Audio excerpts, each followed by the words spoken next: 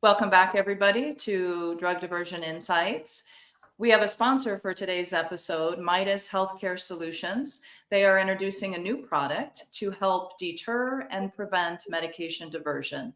Midas View provides a holistic approach to medication wasting and its documentation. With the ability to integrate with your ADCs, your EMRs, and your diversion software, it allows for an easy-to-use system consistent with nursing workflow. For the first time, their 360-degree camera provides real-time and on-demand visual proof the medication was actually discarded. Anytime witness technology allows the convenience and flexibility when a witness is required in the disposal of unused controlled substances. Today, my guest is Tracy Traut, the Program Director for Indiana Professionals Recovery Program. And for those of you that listen to the podcast regularly, you know that I am trying to work my way through all of the states. And I want to thank Tracy for being willing to take the time to talk with me today and tell us about Indiana. So Tracy, welcome. Thank you for having me. I'm always excited to talk about monitoring because it's an important alternative to discipline. Programs are important. And I really want to commend you for reaching out to all the states because while we're all similar, we also are very different. And I think getting the word out that this is something that is there and available is really important. So thank you for this opportunity. Absolutely. Yeah, I agree. There's quite a few differences, but what I found myself is that being involved in the intervention or interview process and talking to others, many people don't even know what the next step is in their state. So here they are talking to the person that they suspect has a substance use disorder, and they don't know where to tell them or how to tell them. It's like, well, go connect with HR. And then HR doesn't even know all of the details of what it is. So it's kind of a shame that we just, kind of let it fall right there and then hope that EAP or, somebody can help them. So yes, I think it's important to know. Yeah. All right. Well, let's start with, why don't you tell us a little bit about your background? How did you get to where you are as an addiction counselor? So this is a second career for me. When I moved to Indiana, we left a lot of things behind in Chicago. I stayed home for a bit, did some volunteering, and then I was really fortunate to find a job as a director of a community mental health center that had a very interesting model where they used graduate level interns to provide the counseling. They were supervised, so master's level, intern level. I really built that program up. It was a great job, and I stayed there for a long time, for 7 years. And then somebody on the board was like, I think you need to take some steps outside, And I was like, but I did that. And and it was great advice, and it worked out really well. So then I went off to worked in community corrections for about a year.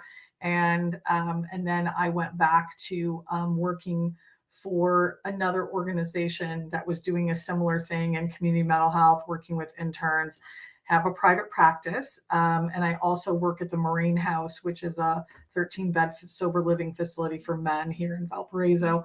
And that was really the turning point for me, was running some of the groups over there because I had a lot of certifications, but my college education was not to the point where I needed it to be. So those guys spurred me on to go back to school, which I did. And one day, one of my old professors called me up and said, hey, they're starting this new company called IPRP. You should apply. I'm like, I don't want to apply. He goes, no, you're really good at this. You should apply. So I applied, started out, I was a case manager for about 8 months. And then I was promoted to director. And so this job uses all of my skills, but also gives me the opportunity to, again, working with young people, influencing their careers, helping them go forward, but also put my skills to test in a different way. I'd never worked with a lot of healthcare professionals prior to going into this job. And so it shed a new light on a new population. I would also argue a neglected population. We tend to take people in healthcare and do the same things that we do with firefighters and cops and people in the military, where they're all, skilled and ready to go. And so there's never any problems. They can't have problems. Yeah. Yeah, no, that's very true. And we've talked about that before on other podcasts, that whole Mhm. de-stressing, the whole trauma that we go through, every Mhm. day with things that we Mhm. see. And it's just, well, that's your job. I mean, that's what you're there for. So, Right. and I think a lot of people don't realize that when they go into the field, Mm-mm. they don't, I mean, I guess it makes sense, firefighters and police Please. officers. I mean, Right. Right. right? Mhm. But when you're in healthcare, that's certainly never anything that ever occurred to me that I would be at the Yeah. bedside when somebody passed away after a Right. code, it's like, Right. Or yeah. or you're a retail pharmacist, I'm a consumer of those Mm, products, right? I stand in line to pick up my scripts. You stand in there long enough and you watch what pharmacists are undergoing. John Q. Public should sort of wake up in how we're speaking to these individuals. But day in and day out of people being upset about whatever it is going on with their insurance, et cetera, the high volume of scripts in big pharmacies. I mean, it is stressful, and there are moments there when you are going to get faced with a lot, and it starts to pile up like a trash compactor. yeah. Yeah, that's true. I didn't think about that. I spent a little bit of time on the Upper East Side of New York and Oh, their discharge pharmacy, and that was something else. So you're oh. right. It's a different kind of trauma. Yes, yes, right. Yeah, You don't conceptualize it that way, right, right, at the right. time, because it's like, okay, this is a little, but I'll do my job, because we Yeah, sort of save all of that. It can't be us that are having this, we save it for what the other professions that right. really deserve it. Yeah, yeah. No, that makes sense. Mhm. Okay, so I want to learn about Indiana. First, let me ask you, did it recently undergo a name change? Because I was at a client's facility in Indiana and there Mhm. were many conversations that said ISPAN or whatever the other name is, they would say. Yeah. So, So what happened was, so per legislation and per what the Indiana State Board of Nursing put together, it is still the Indiana State Nurses Assistance Program. IPRP is just the sort of the acronym of our very long company name, which is Indiana Professionals Recovery Program. So we kind of shorten it. We spend a lot of time in our writings and things like that, where it's like ISNAP/IPRP, just so that I keep everybody on the same page. yeah, But we are still the Indiana State Nurses Assistance Program. IPRP is the company that manages that. So the company came up with a very generic name, because we also have contracts with other people in other states. So we sort of did it that way. But we are still ISNAP, and I know it is confusing, but that's how the nursing board still refers to it. So okay. They call it ISNAP still. yes, they call it ISNAP. Yes. Yes. Okay. All right. So Mhm. ISNAP, IPRP, Yeah, it's all interchangeable. kind of one and the same. We can Yeah. run together. So Formerly known as. Yeah. formerly known as, yes. Okay. So ISNAP was created by the Indiana State Board of Nursing and the legislature. They had to come together to put some policies, procedures, and some other things in, actually build it into a law. So we were able to do that. Our referrals from pharmacy and from nursing come in a couple ways. One, the professional can direct report to us, and call us on the phone and just say, hey, I've got some issues. This is what's going on. That is our kind of lowest way that people come in. Most of the time, they have had some kind of interaction with the IPLA, which is the Indiana Professional Licensing Agency, and been in front of the board. And then they have also had maybe a board order, or they've been in front of the pharmacy board. They've had some kind of criminal altercation, maybe a DUI, some diversion, and then they're instructed to call us. So we have a pool of nurses and pharmacists coming in that may or may not have been this their first choice. But what this does is, sort of simply, is allow them to continue their career while somebody is also helping them get stabilized. So it starts with a phone call. You call our office, your first contact will be Carrie Graham. Carrie will assess over the phone using ASAM criteria, as well as screening and brief intervention for referral to treatment. If that person needs treatment right away, boom, off they go to treatment. We have a lot of great treatment facilities that we have established relationships with, and we provide a list for them. They can choose where they'd like to go, whether that's outpatient, PHP, or IOP. We do ask them to fill out paperwork. They complete all of that paperwork and take a drug test. And then we have 3 clinical case managers who are all licensed therapists in the state of Indiana. We're one of the few programs that does all of our evaluation in-house. So we will do a complete biopsychosocial, give them 5 assessments. All of that gets wrapped up into what we call a biopsychosocial, and we staff that case. We come up with our recommendations, and then we provide the nurse or the pharmacist with those recommendations. Some of those recommendations are how many drug tests they're going to get a year, how soon they can return to work, whether or not they need to see a therapist, helping them with self-help meetings, and really any kind of resources they need. That sort of all gets built into our recovery monitoring agreement. And then once they are active in that program, it becomes our job to anything they need assistance with. Are you making your meetings? Do you need to change a meeting? We ask them a lot of things like, when's the last time you took care of yourself? When did you go to the dentist? When's the last time you got a haircut, got your eyes checked? Those kinds of things. And our main job in that is to keep them on the track so that they have support to return to that job. So there are some nuances in there that are different between pharmacy and nursing, but for the most part, they're pretty much the same. Okay. Wow. Beautifully articulated. I think we're done. That's it. Yeah.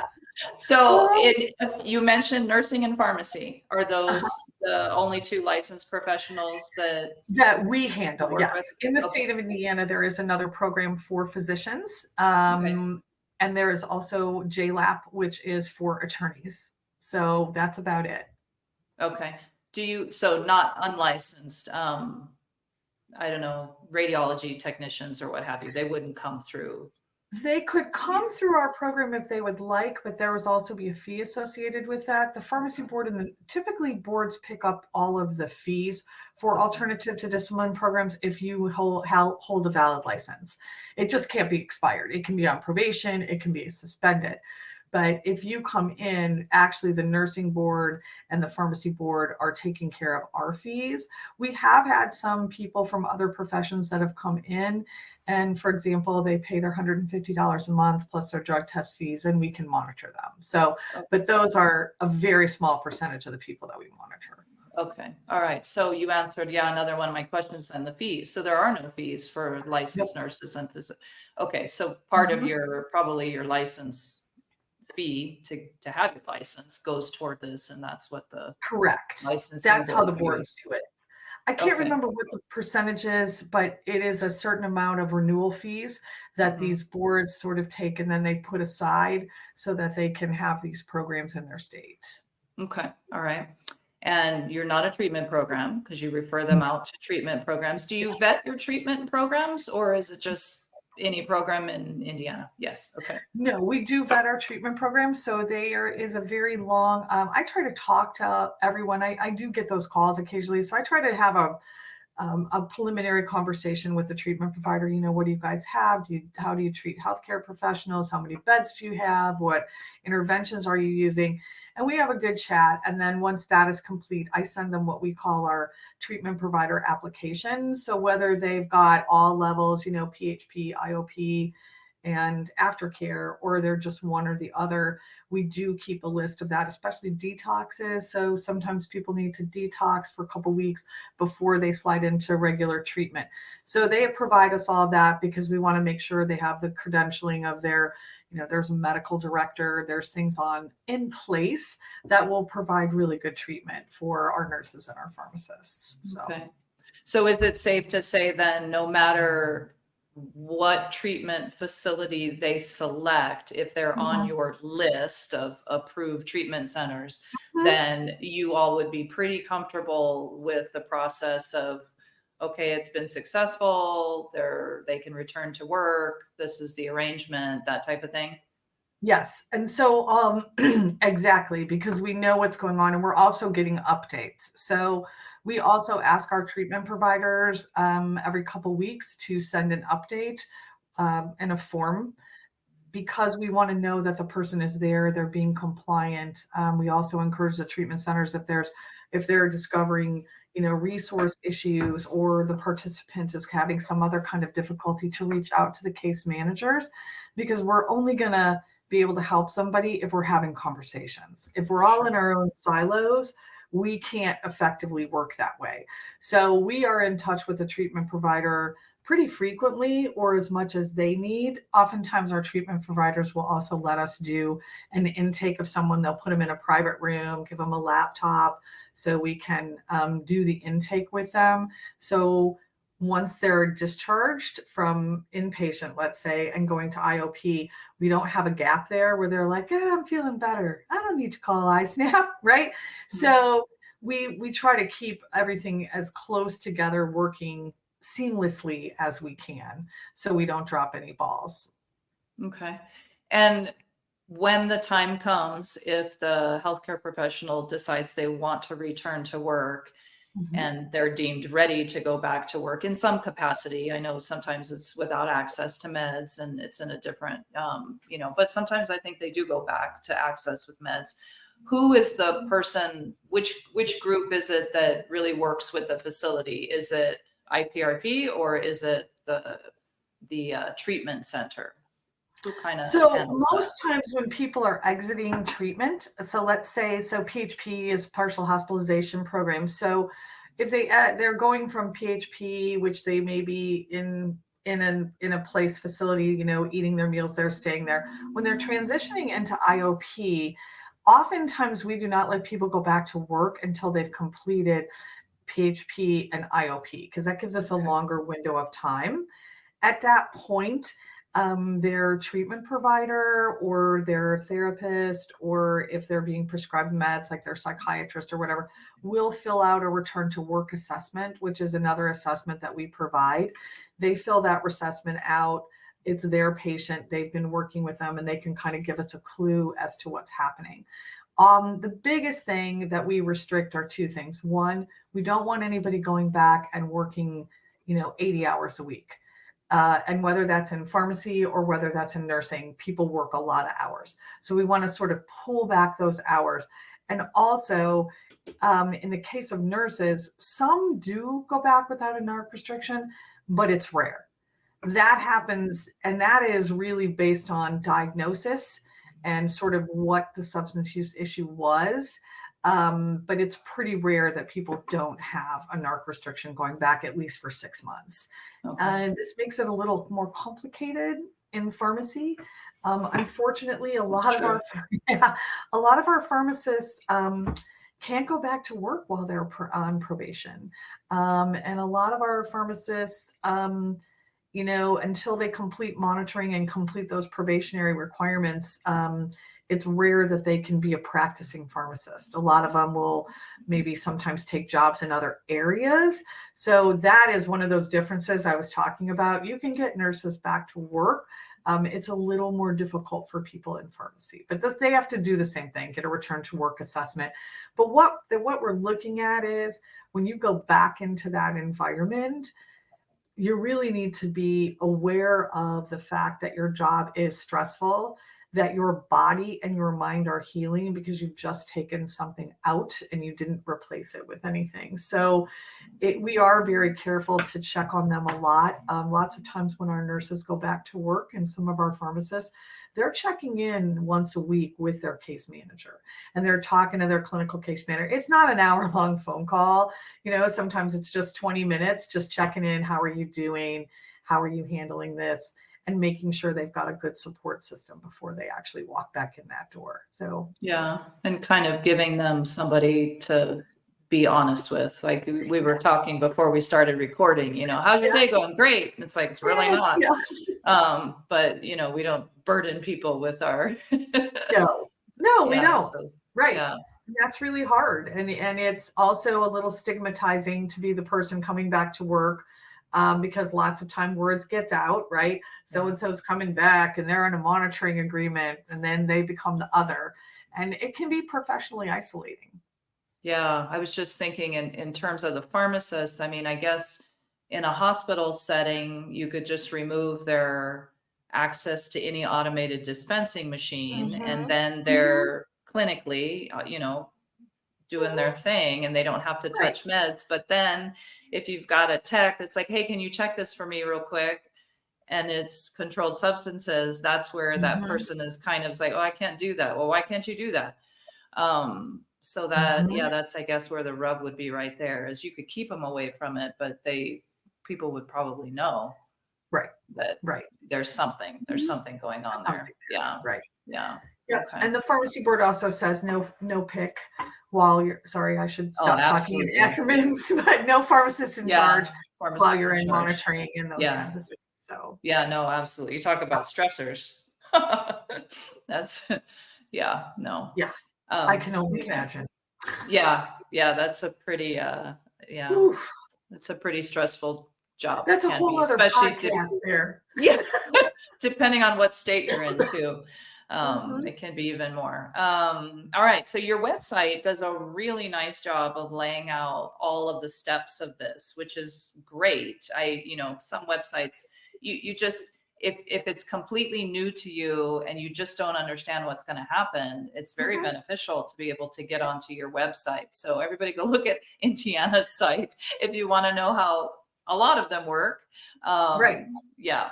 And step 5 is the recovery monitoring agreement. So what does that look Yes. like for someone? So that is our recovery monitoring agreement is basically a contract. So what we're saying in that is we're laying out what all the stipulations are. So for example, working nurses and pharmacists drug test 20 to 26 times a year.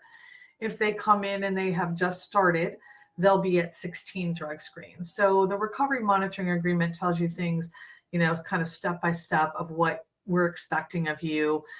We list people's medications, if they're going back to work, if they require a return to work assessment, and how many meetings we're going to ask them to go to. We have some wonderful people in the state of Indiana.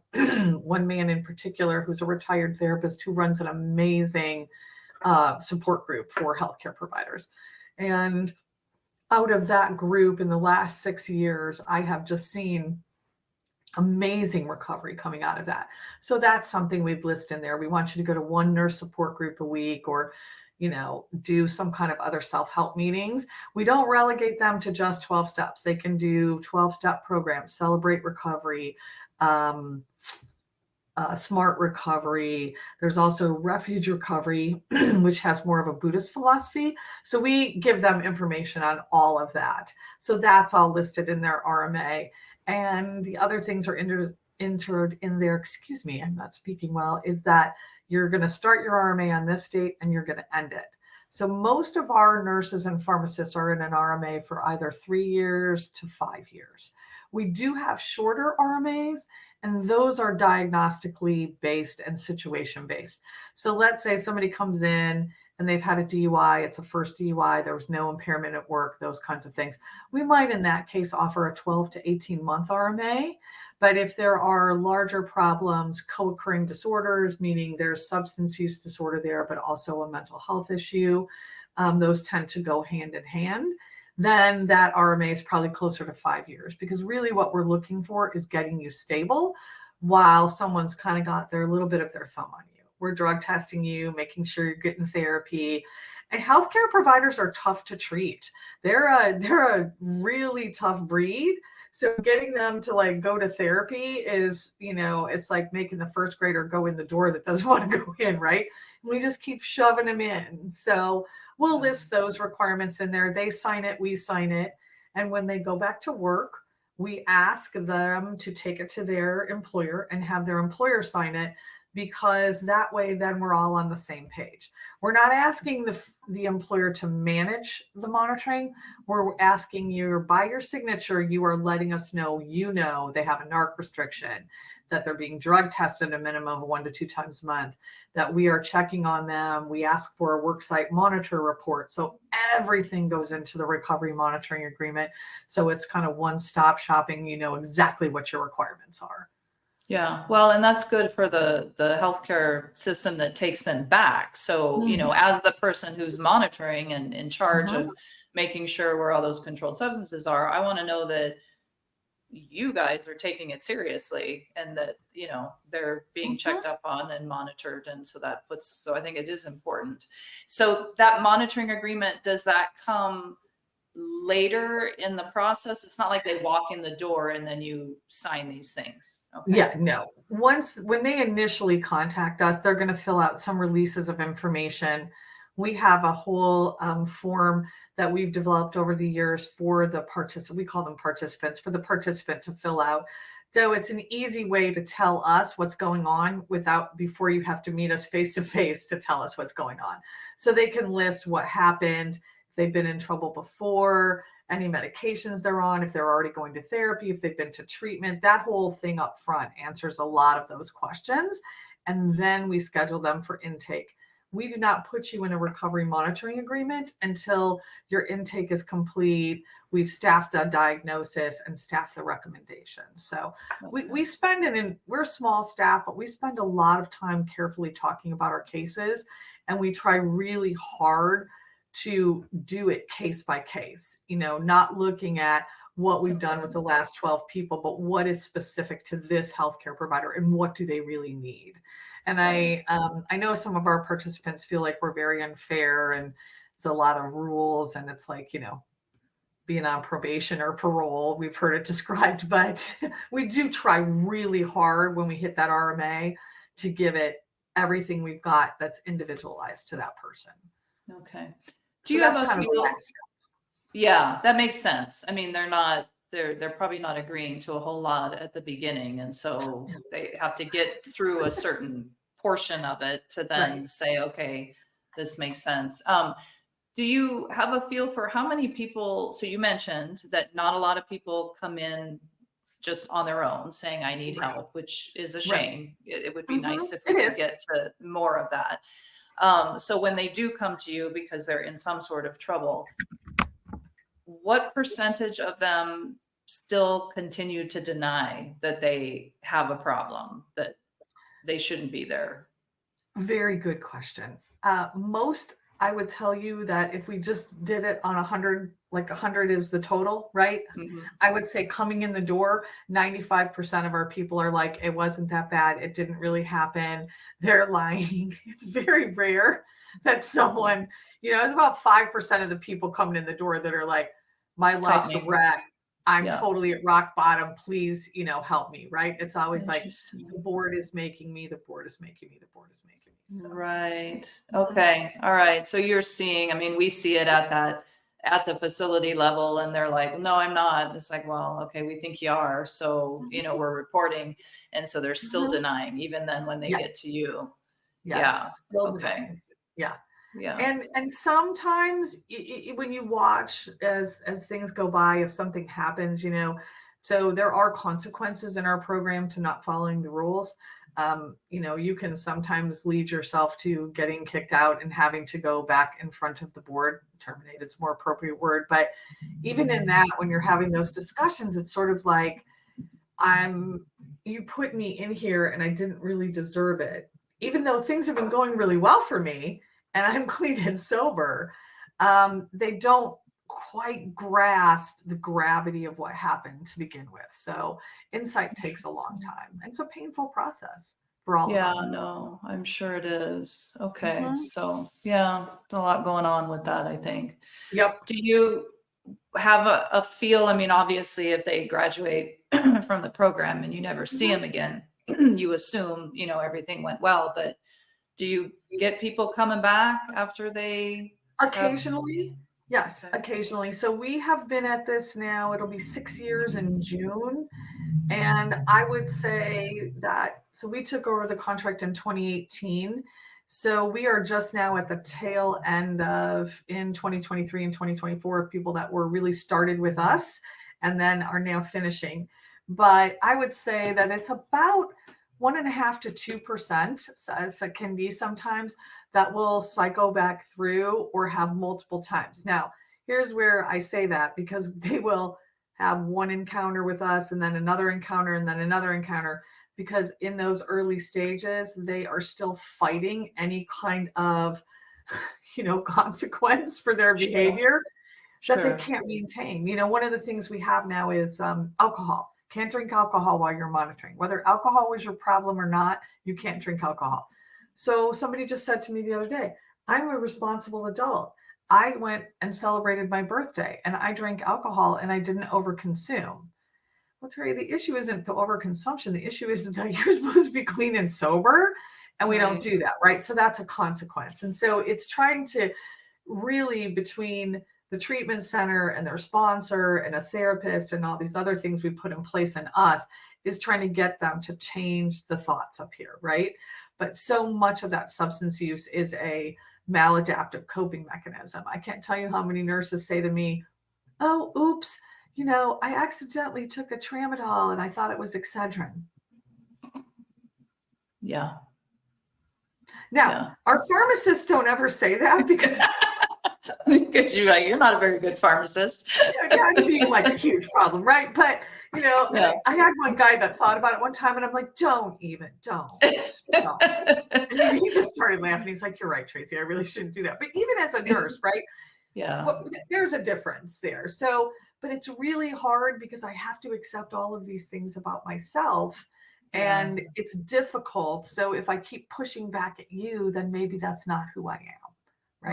Right. Yeah, no, the first step is admitting it, right? So, and then that's where everything changes. No, I get that. Obviously there's more nurses out there than pharmacists. What percentage of do you see a lot of pharmacists? Right now, our numbers are low. We have 24 people in our pharmacy program. And I want to say, I just looked at this the other day, 15, 16 of them are pharmacists and the rest are pharm techs. So, and my nurse numbers we are topping out at 362 last I looked. So big difference. Yeah. Interesting that your pharmacist number is higher than your pharmacy techs.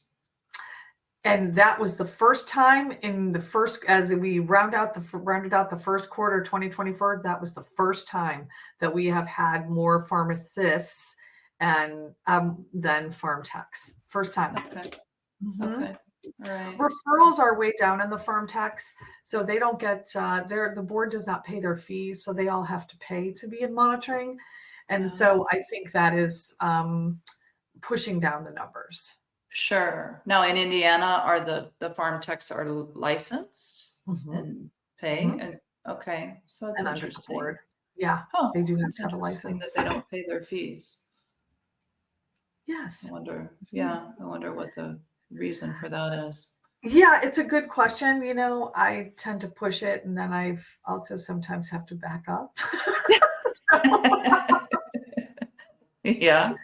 Before I get myself in trouble. So, I've found myself in those positions as well. Right. So I just kind of do it a little bit. Yeah. So, So do you have any particular people and cases that come to mind for you that when they came in, they just were kicking and screaming, but at the end of it, they were just so thankful with how it changed their life? Oh, I have a million of those stories, and I can share two quick ones with you. So we had a nurse come in and did the intake. The next thing I know, one of my clinical case managers in my office, sliding down the wall, sobbing. She's really upset. I'm calming her down. I'm like, okay, what's going to happen? And she's like, she's just waving paper, right? And so I'm trying to figure out what's going on. And she's like, she's going to die. I know it. She's going to die. I don't want her to die. I said, okay, very resistant. It took Carrie Graham, who was our first person you talked to, myself, and our compliance director, but we finally got her into treatment. It was a rough, probably first 6-8 months, and we were not sure. And I can tell you, she is almost ready to complete her RMA. She and her husband did a lot of work in their marriage. They have reconciled. They have a baby. And she got her prescriptive authority back also for her APRN, and amazing transformation. And I will never forget at one of the board meetings, and they said, what have you learned? And she said, I have learned that I can do hard things and I can handle hard things. And so that is an amazing transformation. And we had another CRNA, did not particularly he didn't get in any trouble. His hospital didn't even know what was going on. He had this brilliant idea that he was going to just kind of rehab at home. And his wife informed him that that wasn't really her role. But when he came in with a plan. And it was like, I'm not going to go back to being a CRNA, and I'm going to work 1 year. And he worked 1 year doing dialysis. And then on year 2 of monitoring, he went into and just did like a GI lab. And year 3 of his contract, he was on a 5-year contract. On year 3, he progressed back into CRNA. And what was amazing, though, is how he handled his own recovery. He and his wife together worked on their marriage. And he has been really out there, and so is the other nurse that I just mentioned, really out there availing themselves to nurses, pharmacists, like, I will talk to you. Let's maybe go to a meeting. Let's look at this. And they're doing incredibly beautifully. And we do have so many people who come in and they get the help and they, go back out the door again, and occasionally we'll see him or occasionally we'll hear from him. And those are really good stories to have. So yeah, definitely. So that CRNA gentleman, he came in voluntarily then. He was one of those. He did. Yes. Yeah. And if they come in voluntarily, you have no obligation to report them to. So he's done all of this without the licensing board even realizing that there was a problem. Correct. Okay. Okay. Yep. And that is possible. I do want to put one caveat on that.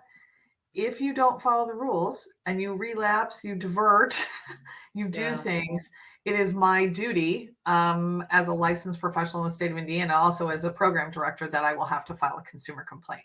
Sure. I will say this, on our very slim margin of people who self-report, those people they have sailed right through, done everything they've needed to do, taken care of themselves. So I wish more people would self-report.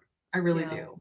Yeah. Well, and I think, I don't know. I was going to say, I think part of it might be that they don't know what is waiting for them out there and what is the resource. But then again, you get 95% of your people that do come in that are not self-reported that are still denying it. So clearly they're not ready yet. Yeah. You got to get ready. Yeah. You do. And you do. You would hope that, I don't know, it's just one of those things. You would hope that a healthcare professional would recognize it. Like, okay, you didn't plan to be there in the first place, but now you are. You need to recognize that there is an issue there. So right, I don't know. because I think sometimes they are focused on, I am the person that is supposed to do the caretaking. I'm the person that's supposed to do the healing, right? And they don't ever back up and say, possibly there could be something here that I'm not dealing with, that I'm using alternative maladaptive coping mechanisms. So I'm not necessarily the girl in addiction treatment who's a disease model. I'll probably take a lot of hits for that. I'm used to it, but I think that there is a piece of this that it becomes so much about the way people cope, because there's nothing else to cope. And they do similar things with eating too much sugar and shopping and, taking melatonin and whatever, right?